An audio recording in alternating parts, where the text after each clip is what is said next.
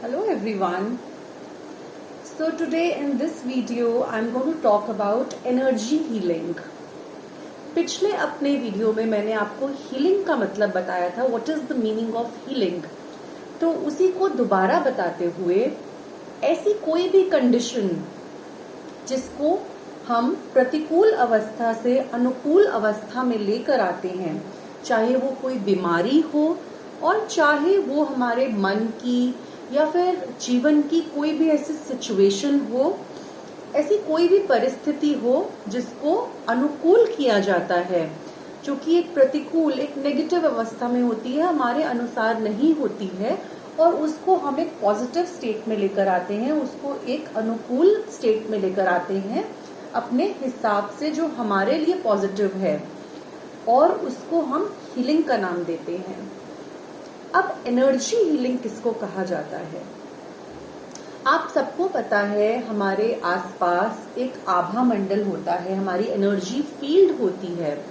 ये आभा मंडल हर चीज का होता है, चाहे वो कोई व्यक्ति हो, कोई इंसान, कोई जानवर हो, या फिर कोई और अन्य ऑब्जेक्ट ही क्यों ना हो। जैसे कि ये पेन है, इसका भी अपना एक ऑरा है, अपना एक आभा मंडल है। ऐसे ही हर एक चीज का एक आभा मंडल होता है। तो ऐसी प्रक्रियाएं जिसपे हम अपने आभा मंडल पे काम करते हैं, उसको एनर्जी हीलिंग का नाम दिया गया है। वैसे तो प्राचीन काल से ये विद्याएं चलती आ रही हैं, जैसे कि आज की हम रेकी जो बोलते हैं, वो प्राचीन काल में स्पर्श चिकित्सा के नाम से उपयोग की गई है। हमारे ऋषि मुनि, हमारे जितने भी पुराने ऋषि मुनि संत हुए हैं, वो इस प्रक्रिया को बहुत सालों साल, जब हम थे भी नहीं, इन प्रक्रियाओं को बहुत टाइम से यूज करते आ रहे हैं और इनका फायदा उठाते आ रहे हैं। इसी तरीके से जो भी हमारी एनर्जी फील्ड पे काम करती है चीजें, उसको हम एनर्जी हीलिंग का नाम देते हैं।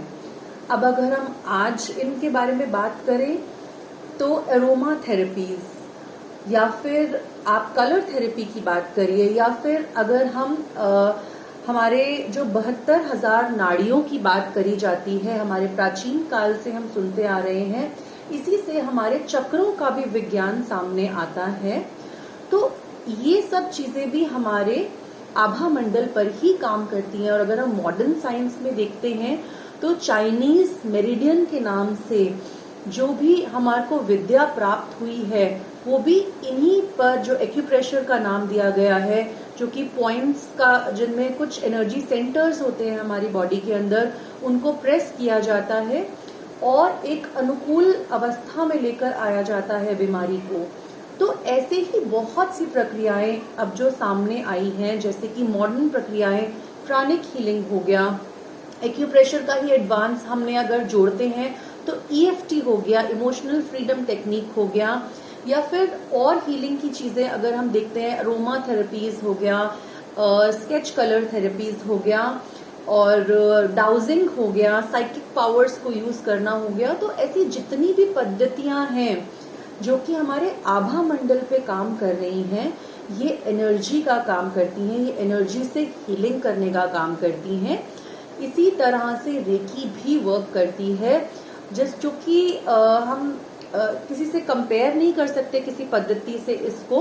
बट अगर मैं अपने लिए बात करूं तो रेकी से अच्छी ऊर्जा और रेकी से सबसे ज्यादा रिजल्ट देने वाली ऊर्जा शायद ही हमें कभी मिली होगी, और आगे भी मिलेगी या नहीं मिलेगी पता नहीं, क्योंकि रेकी एक सर्वश्रेष्ठ ऊर्जा है जो हमें ईश्वर द्वारा प्राप्त हुई है। और एनर्जी हीलिंग को अगर डिफाइन करा जाए तो आज सबके मुंह पर सिर्फ एक ही नाम होता है, वो होता है रेकी एनर्जी का। तो आप भी अपने जीवन में इस एनर्जी हीलिंग को अपनाइए, और बहुत ही गहरा विज्ञान है इसका। तो धीरे धीरे धीरे धीरे बहुत कुछ है इसमें सीखने के लिए।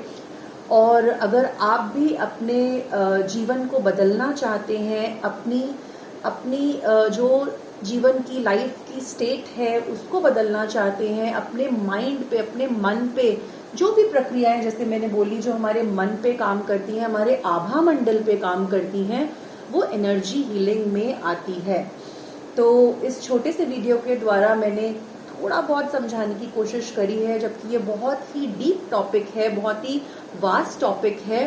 तो ऐसे ही छोटे छोटे वीडियोस के साथ मैं आपको और समझाने की कोशिश करूंगी और नॉलेज आपके साथ शेयर करूंगी कि एनर्जी हीलिंग क्या होती है, और आगे की वीडियोस में हम जानेंगे कि कैसे एनर्जी हीलिंग काम करती है।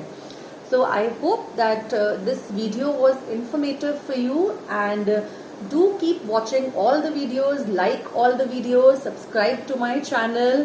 Thank you so much for watching. Om Buddha.